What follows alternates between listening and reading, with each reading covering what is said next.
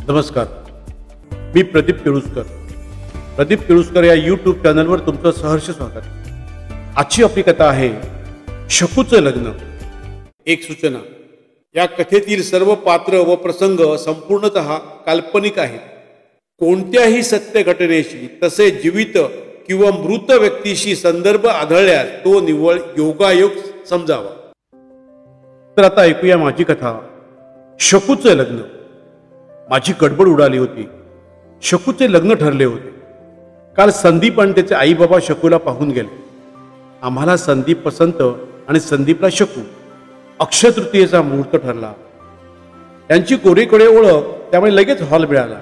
बाकी देणे घेणे यावरून फारसे कोणी ताणले नाही, कारण दोन्ही बाजू समंजस. आता बरीच तयारी करायला हवी. रवीला यांनी कळवलं होतं, तू भाऊ आहेस शकूचा, तेव्हा तू आणि अरुणा या, म्हणजे तुमच्यासमोर बोलणी झाली की बरे. पण रवी आमचा मुलगा आला नाहीच. मोठी कन्या जया ती पण आली नाही. आता ती राहते बेळगावला आणि आम्ही निपाणी, कितीसं अंतर, पण नाही आली. खरं तर ती 2 तासात येऊ शकली असती. मोठी बहीण नसतो शकूची, थोडी जबाबदारी घ्यायला नको. पण पूजाची परीक्षा म्हणे. पूजा कितवी? तर पहिली. तिची परीक्षा असो. आणि रवी आमचा मुलगा तो पण नाही आला. आम्ही दोघे नसतो तर धाकट्या बहिणीच्या लग्नाची जबाबदारी याचीच होती ना. सकाळी त्यांनी शेजारच्या शहाकडून रवीला आणि जयाला फोन लावला आणि 5 मेची लग्नाची तारीख ठरल्याचे कळवले. आणि 8 दिवस आधी आईला मदतीला या असे कळवले. बाबांचा फोन, त्यामुळे ती दोघे गप्प राहिली. पण बाबा बँकेत गेले की मला फोन करतील आणि मला फोन घ्यायला परत शहांच्या घरी जायला लागेल असा माझा अंदाज होता. आणि खरेच 12 वाजता जयाचा फोन आला. शहा काकूंनी हाक मारून कळवले. मी फोन घेतला. पलीकडे माझी मोठी मुलगी जया.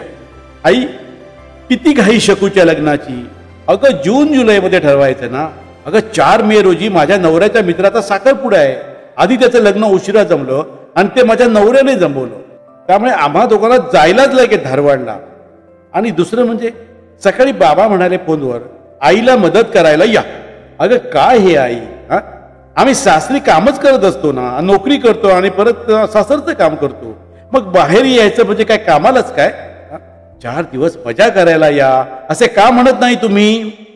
हे बघ, शकू म्हणजे तुझी धाकटी बहीण. तिचं कार्य आहे. तिच्या लग्नासाठी बाबांनी बोलावले. तेव्हा तू आणि समीर 4 दिवस आधी या. छोटी पूजा आली म्हणजे कसं असतं, घर भरल्यासारखं वाटेल. मग मजा करायला या किंवा कामाला मदत करायला या, पण या. मी रागाने फोन ठेवला. मला राग आला हे जयाला कळले असावे. ती परत फोन लावत होती, पण मी फोन घेतला नाही. संध्याकाळी रवीचा फोन आला. आई, मला आणि अरुणाला आधीपासून यायला जमेल असं वाटत नाही ग. कारण अरुणाच्या आईची अपॉइंटमेंट आहे डॉक्टरांची. म्हणजे तिचे दात खराब झालेत ना, म्हणून. त्यामुळे आम्ही आदल्या दिवशी पोहोचतो. आधीपासून नाही येऊ शकत. ठीक आहे बाबा, लग्नाची तारीख तरी लक्षात ठेव आणि या. काय, माझी मुलगी आहे शकू आणि घरातलं शेवटचं लग्न. याआधी तुझं मी लग्न केलं आणि जयाचं पण लग्न केलं आम्ही, तेव्हा हे पण करू काय. पण काय असतं बाबा, लग्नात चौकशी करतात लोक. मुलीचा भाऊ वहिनी कुठे तर दाखवायला लागेल ना, त्यासाठी तरी या. मी रागाने फोन ठेवला. या दोन्ही मुलांचा मला राग आला. आपल्या बहिणींचं लग्न आणि घरातलं शेवटचं यांना बोलवायला लागतं. आम्ही माहेरी कोकणात माझ्या चुलत भावाचं लग्न म्हणून मी 15 दिवस आधी काकीला मदत करायला गेले होते. आणि त्यावेळी मी जयाच्या घरवेळी गरोदर होते, तरी सुद्धा ते प्रेम केलं कुठे. आता सर्वांच्या खिशात पैसे खुळखुळू लागले आणि बुडाखाली गाडी आलं की प्रेम आटप होते. संध्याकाळी शकू तिच्या बालवाडीतून आली तेव्हा मी तुला म्हटलं, शके, तुझ्या जयाताईला आणि रवी दादाला तुझ्या लग्नाच्या तयारीसाठी यायला वेळ नाही. एकदम लग्नाला येतो असं त्यांचं म्हणणं. तेव्हा तू बालवाडीतून रजा घे किंवा राजीनामा दे. नाहीतरी लग्नानंतर आता सोडणारच आहेस ना तू नोकरी. मग आपण दोघी आता लग्नाच्या तयारीला लागूया. शकूने मग रजा घेतली आणि आम्ही दोघी तयारीला लागलो. जयाच्या लग्नाच्या वेळी कुणाकुणाला काय काय दिले याची यादी होतीच. यांनी आम्हाला पैसे काढून दिले आणि आम्ही दोघी कोल्हापूरला पोहोचलो. पंतवालालकर यांच्या दुकानातून साड्या, पोद्दार यांच्या दुकानातून दागिने, छोट्या मोठ्या भेटी, मानपान खरेदी केले. शकूच्या मापाचे ब्लाऊज शिवायला दिले. जावई, सून, मुलगा, मुलगी, नातवंडे सर्वांना आवडतील अशा गोष्टी खरेदी केल्या. यांनी एका माणसाला सांगून घराला रंग काढला. दारासमोर मंडपाची ऑर्डर दिली. मी आणि शकू तिचे कपडे लावण्यात आणि बॅगा भरण्याला सुरुवात केली. आदल्या दिवशीपासून एक आचारी सांगून ठेवला आणि लग्नाला 2 दिवस असताना जया, तिचा नवरा समीर आणि छोटी पूजा हजर झाली. घरात आनंदी आनंद झाला. पूजा आल्याने घर भरल्यासारखे वाटले. मी आणि शकू जावई आल्याने त्यांच्यासाठी जेवण करण्यात मग्न होतो. एवढ्यात घरासमोर गाडी थांबली आणि मुलगा रवी, सून अरुणा आणि छोटा दीपू बाहेर आले. माझे मन भरून आले. फोनवर काही बोलले तरी शकूच्या लग्नाला माझी दोन्ही मोठी मुले आपल्या जोडीदारासमोर हजर झाली. घर भरले. 2 लहान नातवंडे दीपू आणि पूजा, माझा मुलगा आणि दोन्ही मुली, जावई, सून सर्व किती वर्षाने एकत्र आले. त्यांचे बाबा पण बेहद्द खुश. मी आणि शकू जेवणाच्या तयारीत होतो. बाहेर हॉलमध्ये रवी, जया, समीर गप्पा मारत होते. मुलं गॅलरीत खेळत होते. मध्ये जयाला भजी खाण्याची हुक्की आली. ते हॉलमधून ओरडू लागले, शकू, शकू ग. शकू भाकरीचं पीठ मळत होत. तशीच ती बाहेर, काय ग ताई? शके, हे शके, समीरला ना भजी खायची इच्छा झाली, भजी कर ना कांद्याची.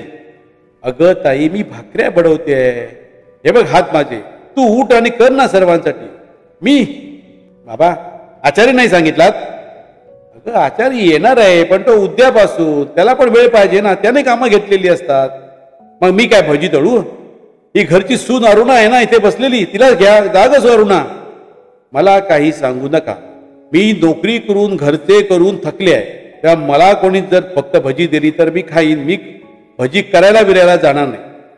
असं तुम्ही करू नका. उठा, मी करतो भजी, मला येतात भजी करायला. आमचे हे रागाने खरेच भजी करायला म्हणून आत येत होते. त्या आधीत मी गॅसवर तेल तापवायला सुरुवात केली होती. दुपारची जेवण थोडी हुश्यात झाली. यांना पण राग आला असणार. मुळात हे मितभाषी, त्यात सुनेने जावई माणसासमोर दिलेले उत्तर ऐकून त्यांना वाईट वाटले असणार. चहा घेऊन जावई समीर गावात त्यांच्या नातेवाईकांकडे भेटायला गेला आणि शकू तिची छोटी मोठी खरेदी होती म्हणून बाजारात गेली. मी आणि हे पाहुण्यांना द्यायच्या भेटी पॅक करत होतो. एवढ्यात माझी सून अरुणा तिथे आली. तिच्या पाठोपाठ मुलगा रवी आला आणि भेटीवर नावे घालू लागला. मग अरुणाने यांना विचारले, बाबा, शकूला किती तोळे सोने घालणार? 10 तोळे. बाप रे, 10 तोळे? त्यांनी मागितले की काय 10 तोळे? एवढ्यात रवी म्हणाला, आई, सध्या सोन्याचा दर माहिती आहे ना, या काळात 10 तोळे सोने मागणारे स्वार्थी दुष्ट लोक असणार. मी मध्येच बोलले, रवी, खरं म्हणजे तू शकूचा मोठा भाऊ. ती मंडळी यायची होती तेव्हा तू यायला हवा होतास. मग आपली जबाबदारी टाळलीस तू. आणि दुसरे म्हणजे समीरने किंवा त्याच्या आई वडिलांनी काहीही मागितलेले नाही. आम्ही आमच्या धाकट्या मुलीला स्वइच्छेने 10 तोळे सोने घालतो आहोत. एवढ्यात मोठी लेक जया तिथे आली. ती माझे बोलणे ऐकत होती. ती बोलू लागली, बाबा, या बाबतीत मी रवीच्या आणि अरुणाच्या मताशी सहमत आहे. हो, सध्याच्या महागाई 10 तोळे सोने?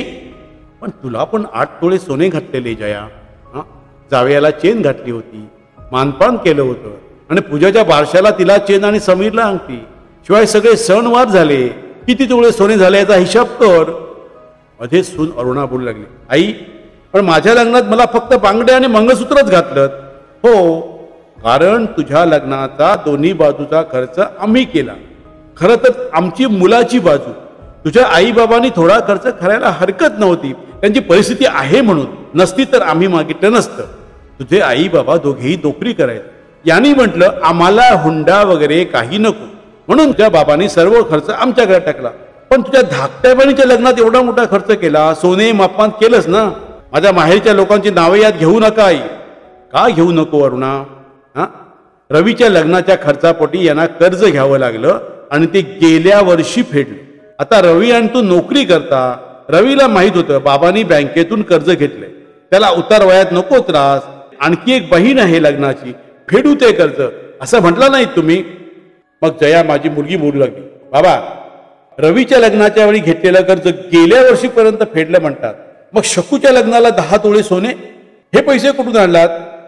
हे 10 तोळे सोने तुझ्या आईचे. तुझ्या आईने तिच्या आई वडिलांनी घातलेले दागिने मोडले आणि शकूला दागिने केले. मग हे स्त्रीधन मोडले तुम्ही. मग माझ्या दीपूला काय राहिलं?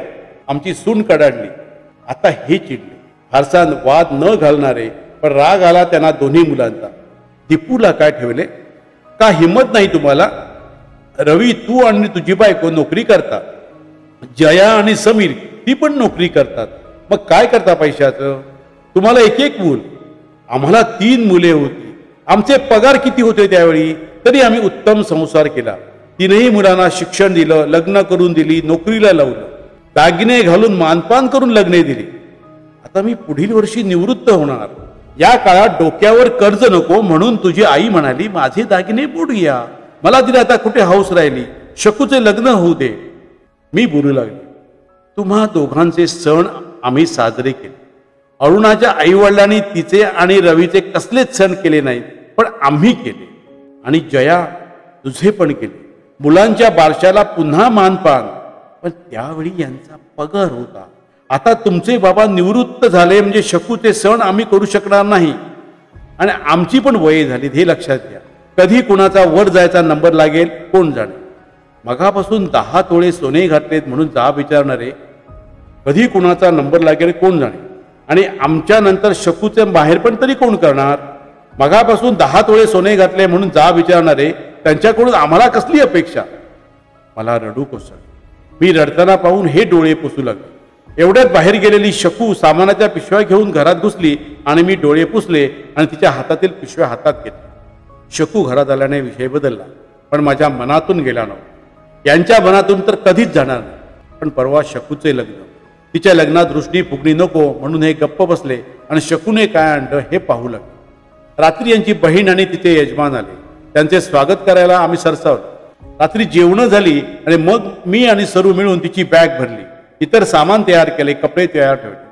दुसऱ्या दिवशीपासून नातेवाईक येत राहिले. माझी बहीण आणि भाऊजी, भाचे भाची, यांचा चुलत भाऊ, वहिनी, यांची मुले, गावाकडची माणसे.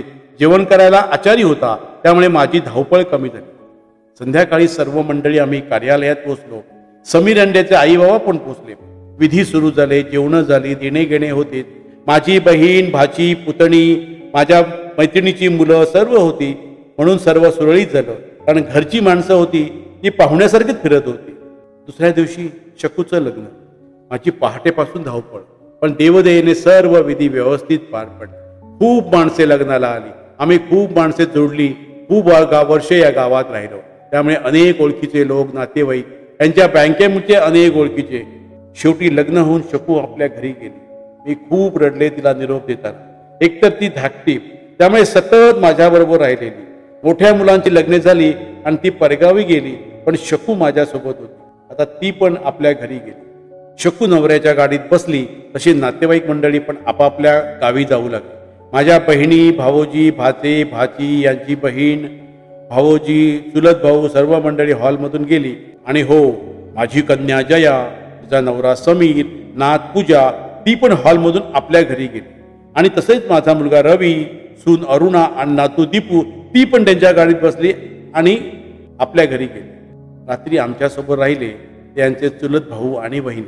सकाळी ती मंडळी पण गेली आणि एवढ्या मोठ्या घरात राहिलो आम्ही दोघे. चहा पिता पिता मी यांना म्हटलं, बघितलं ना, दोन्ही मुलं सुनं आली लग्नाला, पण म्हाताऱ्या आई बाबांना जाब विचारून गेली. हे माझ्या मनातून कधीच जायचं नाही. हे म्हणाले, अगं हे चालायचं, ही आपलीच मुलं, आपणच जन्म दिला त्यांना. म्हातारे आई बाबा हे जाब विचारण्यासाठीच असतात असं त्यांचं मत असतं. आई बाबा जाऊन जाऊन जातील कुठे. मायेच्या जोखंडात त्यांचे हातपाय बांधलेले असतात हे त्यांना माहीत असतं. कितीही झिटकारलं तरी म्हातारे आई बाबा मांजरीच्या पोरासारखे परत परत त्यांच्या पायातच अडकणार, जातील कुठे. आणि एक लक्षात ठेव, या 2 मुलांनी आपल्याला प्रश्न विचारले ना, तसाच प्रश्न काल लग्न दिलेली मुलगी शकू ही सुद्धा विचारणार. त्याची पण तयारी करून ठेव. आणि एक लक्षात ठेव, नवरा आणि बायको म्हणजे तूच आणि मी, हेच खरे, बाकी शून्य. तर मंडळी, कशी वाटली माझी ही कथा? माझे प्रदीप केळुसकर हे यूट्यूब चॅनल सबस्क्राईब करा, बेल आयकॉन दाबा आणि तुमच्या मित्रमंडळीमध्ये शेअर करा. आणि आपल्या खालच्या कमेंट बॉक्समध्ये तुमच्या कमेंट्स अवश्य लिहा. तसेच माझ्या व्हिडिओला लाईक करा आणि शेअर करा. धन्यवाद.